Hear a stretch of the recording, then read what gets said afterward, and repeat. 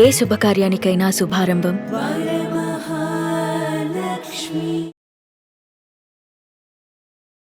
నమస్కారం.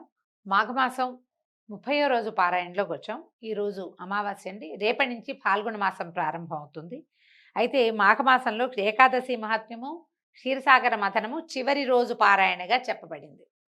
మాఘమాసమందు నదీ స్నానం చేసి మాఘమాస వ్రతాన్ని ఆచరించిన వాళ్ళకి అశ్వమేధ యాగం చేసినంత ఫలితం అబ్బుతుంది. అలాగే ఈ మాఘమాస ఏకాదశి వ్రతం చేసి ఉపవాసం ఉన్నవారు వైకుంఠ ప్రాప్తిని పొందగలుగుతారు. మాఘంలో ఏకాదశిని చేసి సత్ఫలితాన్ని పొందినటువంటి దేవతల కథను చెప్తున్నాం, వినమంటున్నారు. పూర్వకాలం నందు ఒకనాడు దేవతలు రాక్షసులు క్షీరసాగరాన్ని మధించి అమృతాన్ని సంపాదించాలనే అభిప్రాయానికి వచ్చారు. మందర పర్వతాన్ని కవ్వంగాను, వాసుకి అనే మహాసర్పాన్ని కవ్వపు తాడిగాను చేసి, అంటే మన పర్వతాన్నేమో కవ్వం చేశారు, దాన్ని చిలకడానికి ఒక తాడు కావాలి, అటు ఇటు దాన్ని కదపడానికి. ఆ తాడుగా వాసుకి అనే మహాసర్పాన్ని చేసి క్షీరసాగరాన్ని మధించారు. తలవైపు రాక్షసులు, తోకవైపు దేవతలు ఉండి మధిస్తుండగా మొదట లక్ష్మీదేవి, అంటే మొట్టమొదట మనం హాలాహలం వచ్చిందని చెప్తాం కదా, వరుస క్రమం కొంచెం ముందు వెనకలుగా చెప్తున్నారు. మొదట లక్ష్మీదేవి పుట్టింది. లక్ష్మీదేవిని విష్ణుమూర్తి భార్యగా స్వీకరించాడు. పిమ్మట ఉచ్చైశ్రవం అనే గుర్రము, కామధేనువు, కల్పవృక్షము ఇవి కూడా వచ్చినాయి. వాటన్నిటినీ విష్ణువు యొక్క ఉద్బోధతోటి దేవేంద్రుడు భద్రపరిచాడు. తర్వాత చంద్రుడు, ఎంతోమంది వచ్చారు, అప్సరసలు, రత్నాలు, మణులు, ఎన్నో రకాల ఓషధులు అవన్నీ పుట్టినాయట.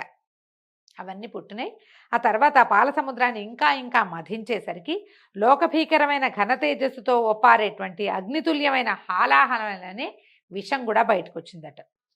ఆ హాలాహల విషజ్వాలలకి సమస్త లోకాలు సర్వనాశనం అయిపోవటం మొదలుపెట్టాయి. దేవతలు రాక్షసులు భయపడి ఆ శైరోపక్కకి పారిపోయారు. సర్వులు సర్వేశ్వరుని శరణ్జొచ్చారు.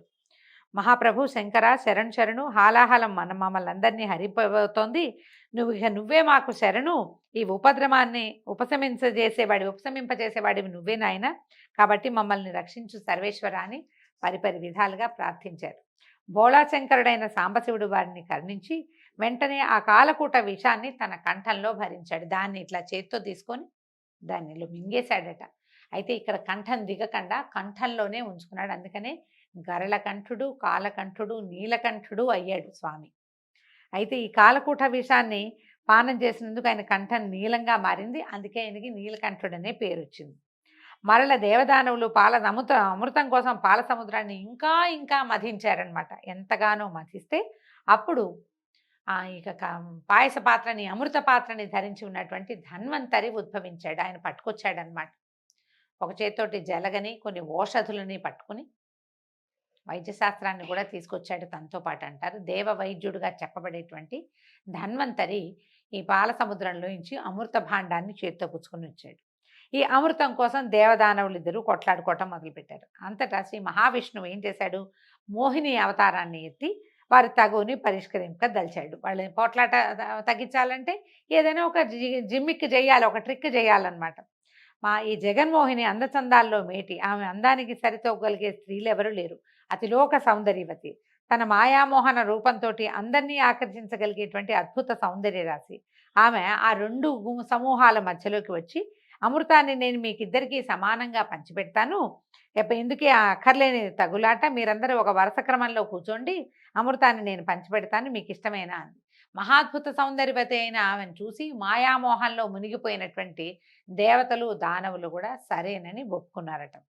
సరే, ఇది రాక్షసులు కూడా పరవశించిపోయారు ఆమె సౌందర్యానికి. దాంతో మాట్లాడకుండా ఊరుకున్నారు. రాక్షసులందరూ ఓ వరుసలో, దేవతలందరూ ఇంకో వరుసలోని ఆసీనులయ్యి ఉన్నారు.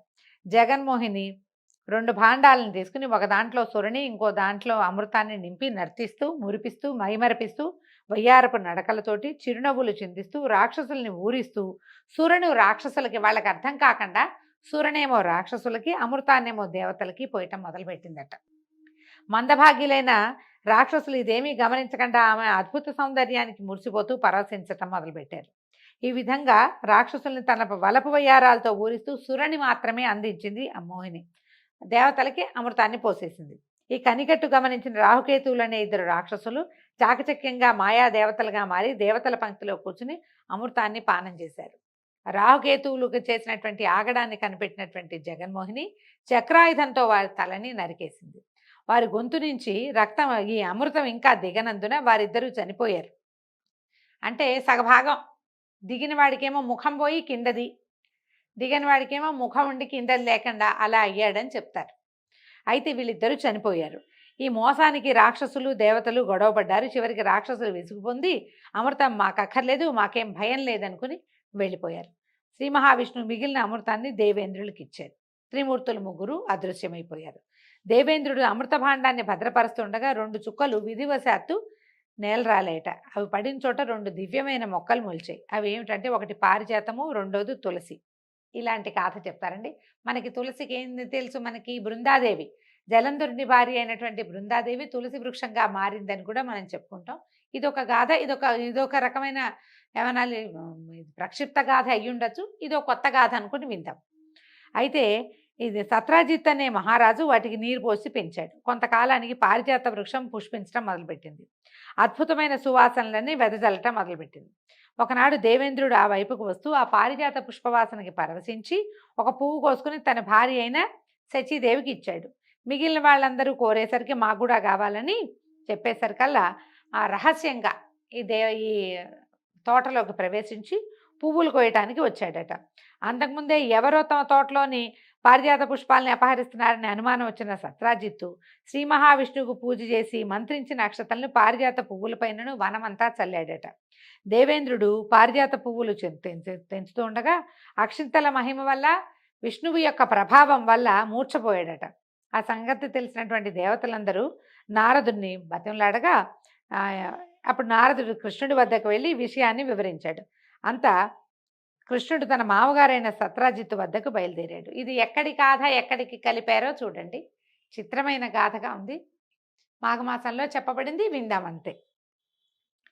సత్రాజిత్తు దగ్గరికి వెళ్ళాడు. ఇప్పుడు ఈ భూమి మీద సత్రాజిత్తు ఈ వృక్షాలని పెంచాడు అంటే అప్పటికి కృష్ణావతారం ఉందని ఎట్లా చెప్తారు? కృష్ణావతారం తర్వాత ఎప్పుడో వచ్చిన అవతారం కాదా?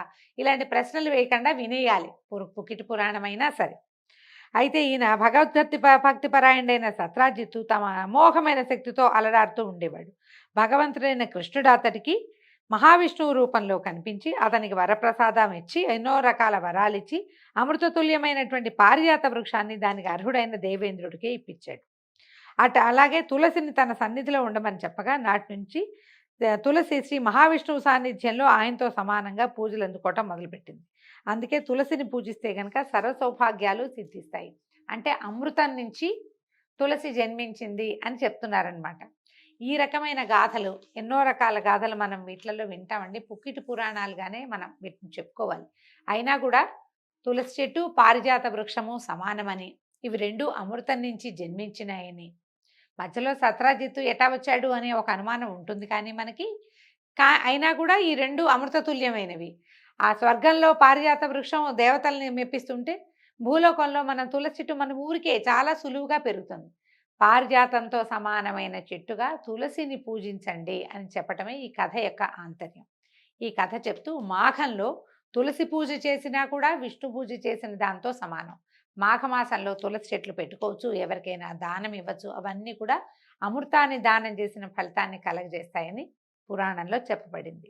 ఈ విధంగా సూత మహర్షి సౌనకాది మహామునులందరితోటి, మహర్షులారా, వశిష్ఠుల వారు దిలీపునికి తెలియజేసినటువంటి మాఘమాస మహాత్మ్యము, మాఘస్నాన మహిమ మీకు తెలియజేశాను.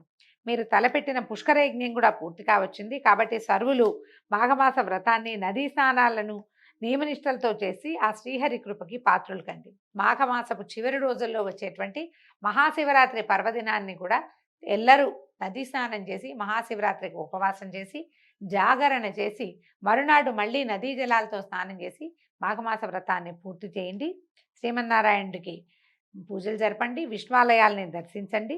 మాఘమాసం 30 రోజులు క్రమం తప్పకుండా మిక్కిలి భక్తి శ్రద్ధలతోటి, ఏకాగ్రతతోటి, చిత్తశుద్ధితోటి మహావిష్ణువుని మనసారా పూజించినచో సకలైశ్వర్య ప్రాప్తి, పుత్రపౌత్రాభివృద్ధి, వైకుంఠ ప్రాప్తి మరియు కైలాస ప్రాప్తిని కూడా, చివరి రోజున మనం చేసేది శివపూజ కాబట్టి కైలాస ప్రాప్తిని కూడా పొందుతామని తెలియజేశారు. సర్వే జనా సుఖినో భవంతు. దీంతో మాఘపురాణం పూర్తయిందండి. మళ్ళీ వచ్చే సంవత్సరం అవకాశం ఉంటే కలుసుకుందాం. నమస్కారం.